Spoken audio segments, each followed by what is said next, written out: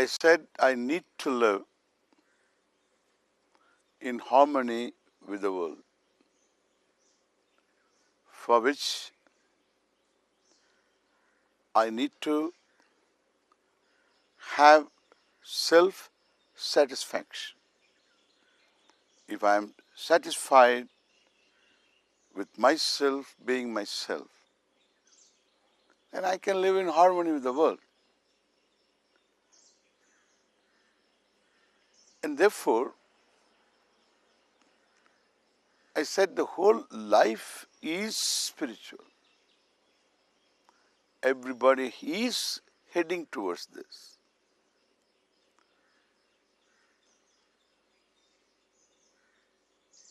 There are two levels of satisfaction. One is as a simple individual living in this world with my own self-respect, self-image, I need to have a certain satisfaction. So I am satisfied with my own image, more or less.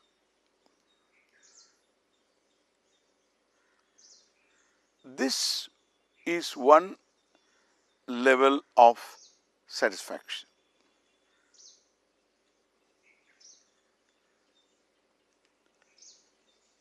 There is another level of satisfaction.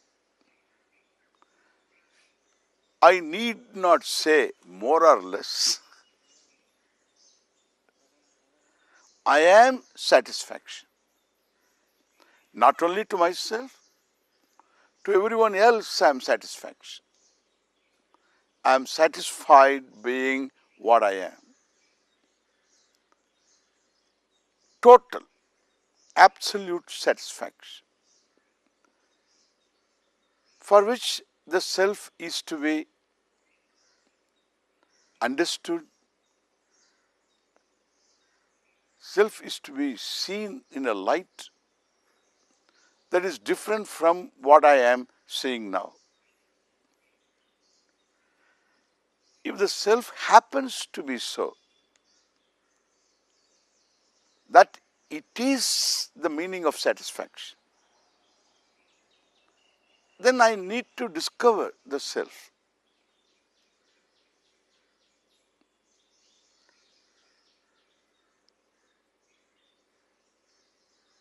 That is a pursuit. The pursuit of inquiry. We will look into that later. Now, as an individual, I need to discover with my self-image, which is always found wanting. In a competitive world, living as I am, I need to see myself in comparison with the others who are in the society, who compete for certain ends I want to accomplish. In my understanding, estimation, some of them seem to be more successful than what I am.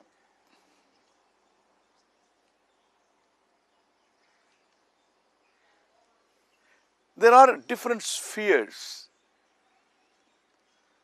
Not in one sphere alone I have aspirations to accomplish.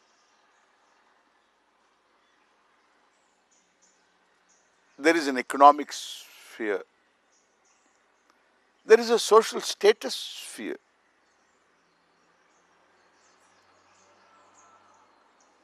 Social acceptability.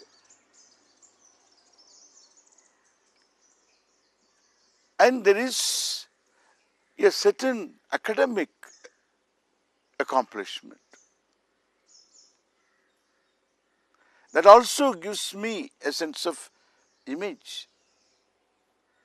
It contributes to my image, self-image.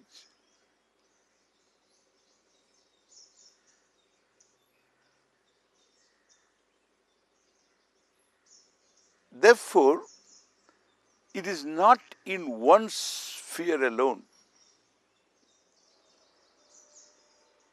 I have ends to accomplish.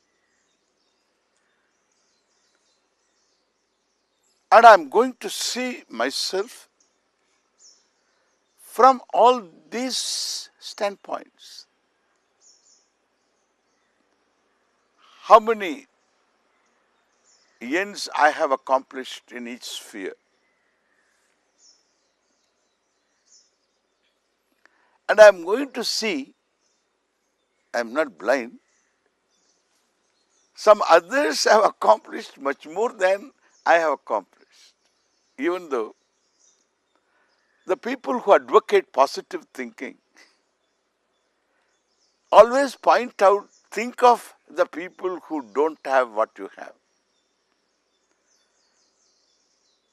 Which is true. When I think of others who don't have what I have in terms of education, in terms of economics situation, accomplishment, in terms of social acceptability, in all this I can always boast of myself as one who is more accomplished than many others, but still I see those fellows who have accomplished much more than what I think I have accomplished. When I look at them, I feel small, I feel insignificant. When I look at these people, of course, I feel good. So I have made some accomplishment. But still, that is gnawing at my heart. Those ends which I have not yet accomplished, some of them, to tell the truth, cannot be accomplished at all. One may become a big person politically, but at the same time, one has to depend politically, even though one has achieved, upon those people who have the expertise in engineering, in humanities, in so many areas they are all experts, and one is to depend upon their advice. Sometimes even their advice one is not able to understand. In a democracy, it is easy for one to become politically powerful without any great qualification in other areas. But one has qualification.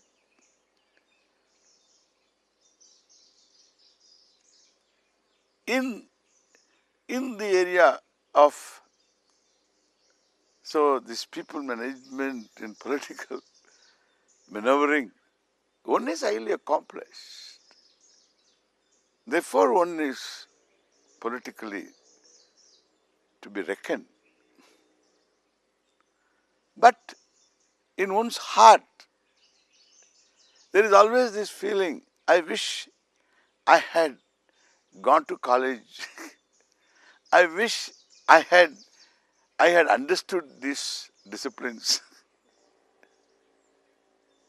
one has that silent wish unfulfilled. Therefore, there is no way of fulfilling it also. Whole life, one cannot accomplish those things. Therefore, my self-image goes a long way in my self-satisfaction.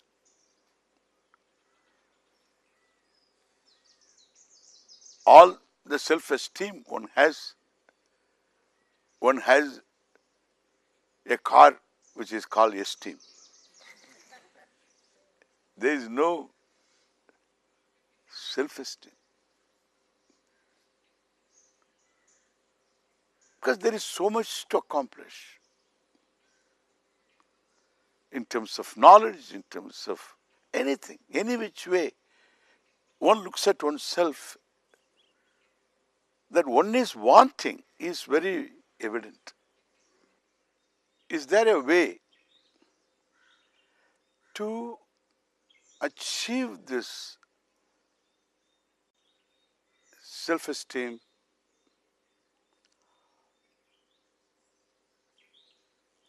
without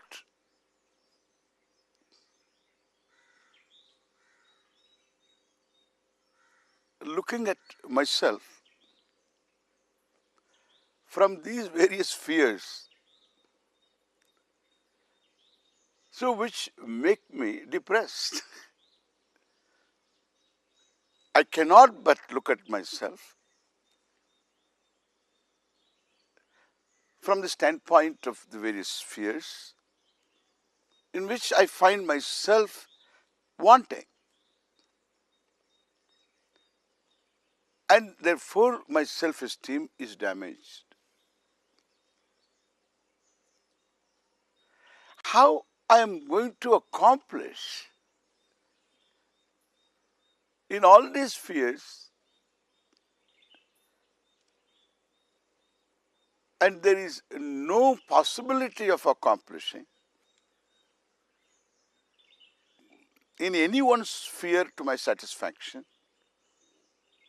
the ends I need to accomplish, and therefore there is a way out. There is a way out. This is the difference between looking at one's life spiritually and properly. Spiritually means properly.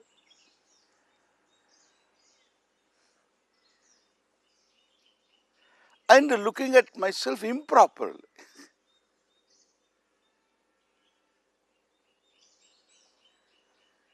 As a human being, I am endowed with this capacity to desire. It's an amazing endowment that I can desire.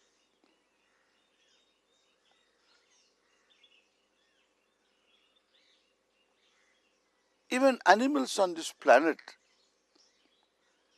do have desires, but they seem to be programmed. No animal wants a video camera.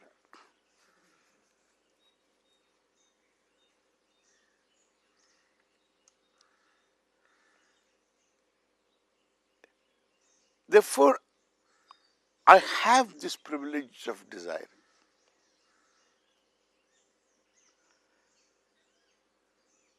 These desires are to be viewed as a privilege given to us, or an expression of a privilege, a manifestation of a privilege. It's called Shakti, Icha Shakti. Its manifestation.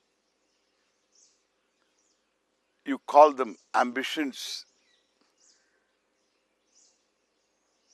You call them as simple desires and wishes also.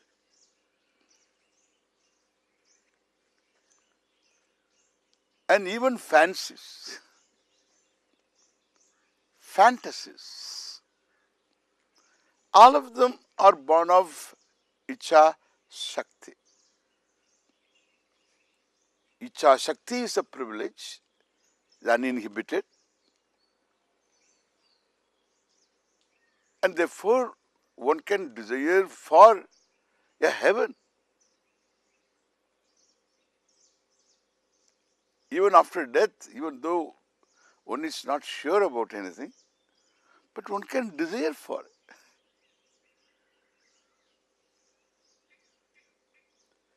So one's capacity to desire is a privilege.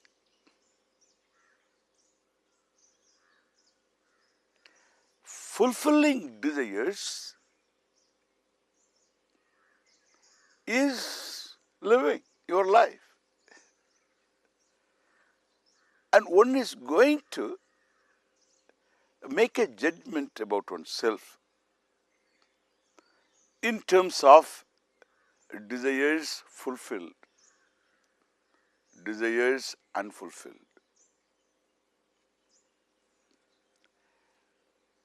And if you really do simple arithmetic,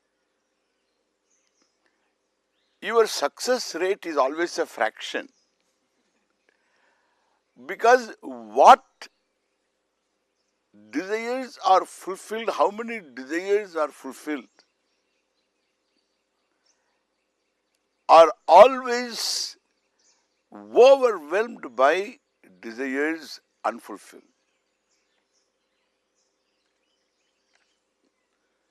Therefore, the success rate is going to be, in my self-estimation, a fraction. So how can I have self-esteem? Because I find myself not successful. I can't say I am a fraction successful, a miserable fraction. That's not going to build up my self-esteem, and therefore I need to look at this concept of success itself properly. We will look at it next time. Thank you.